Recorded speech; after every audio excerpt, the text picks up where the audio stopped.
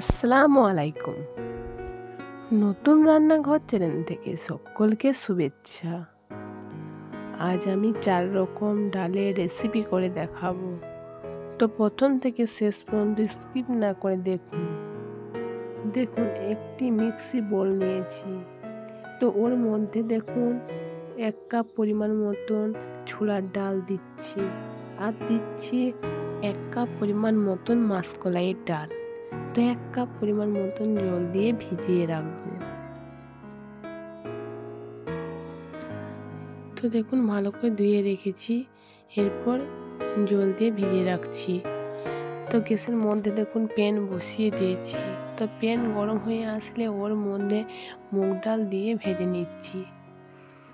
যে একটা গন্ধ থাকে সেটা চলে যাবে। তো দেখুন, ডালগুলো 1 ঘন্টা ভিজিয়ে রাখতে হবে। যদি টাইম না থাকে তো আপনারা তাড়াতাড়ি করতে গেলে প্রেসার কুকারের মধ্যে দিয়ে দেবেন।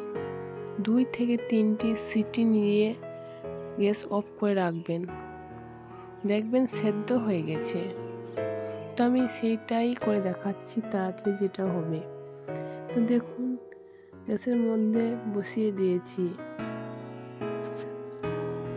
তো দেখুন, সিটি দিয়েছে, আমি নামিয়ে নিয়েছি। এখানে মুগ ডাল, মসুর ডাল ধুয়ে দেখুন পরিষ্কার করে নিচ্ছি। তো চলুন, গ্যাসের মধ্যে প্যান বসিয়ে দিয়েছি। এখানে 1 কাপ পরিমাণ মতন জল দিচ্ছি, লাগলে আবারও দেব। তো দেখুন, ধোয়া ডালগুলো দিয়ে দিচ্ছি। ওর সঙ্গে 1 চিমটে পরিমাণ মতন সরষের তেল দিচ্ছি, যাতে উতলে না যায়। তো ঢাকনা দিয়ে ঢেকে দিচ্ছি। এই রেসিপিটা ভালো লাগলে লাইক, সাবস্ক্রাইব করে দিয়েন। তো দেখুন কত সুন্দরভাবে ফুটে উঠেছে। ডালের মধ্যে নোংরা বের হয়, সেটা দেখুন বের হয়নি, কেননা ডালগুলোকে ভালো করে ধুয়ে ভিজিয়ে রেখেছিলাম। তো দেখুন, ডালগুলো কত সুন্দরভাবে সেদ্ধ হয়ে গেছে। তো তাড়াতাড়ি থাকলে এইভাবে আপনারা সিটি দিয়ে নেবেন। তো দেখুন, এই ডালের মধ্যে আমি দিয়ে দিচ্ছি।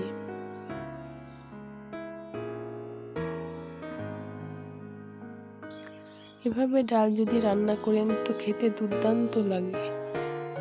তো চলুন, ডালের মধ্যে 1/2 টেবিল স্পুন মতো হলুদের গুঁড়া দিয়ে দিচ্ছি, আর দিচ্ছি 1/2 টেবিল স্পুন মতন কাঁচা লঙ্কা পেস্ট।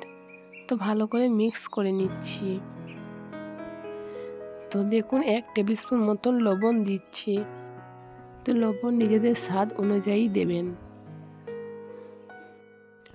ডাল ফুটে উঠলে নামিয়ে দেব।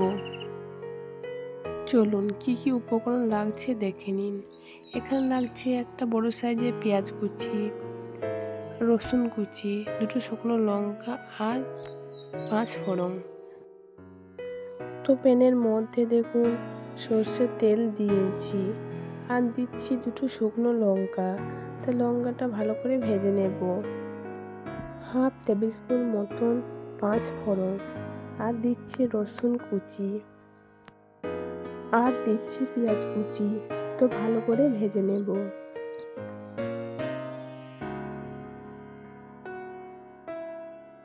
তো দেখুন, ভাজা হয়ে গেছে। তো দেখুন, ডালগুলো ঢেলে দিচ্ছি।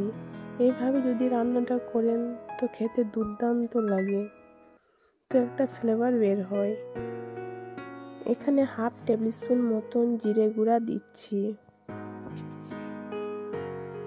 তো দেখুন, ফুটে উঠেছে। এবার গ্যাস অফ করে দিচ্ছি। তো 5 মিনিট পর দেখাচ্ছি। তো দেখুন কত সুন্দরভাবে ডালটা রান্না হয়েছে।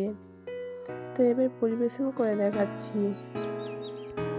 এই 4 রকম ডাল একসঙ্গে রান্না করলে খেতে এত ভালো লাগে যে না খেলে বুঝবেন না।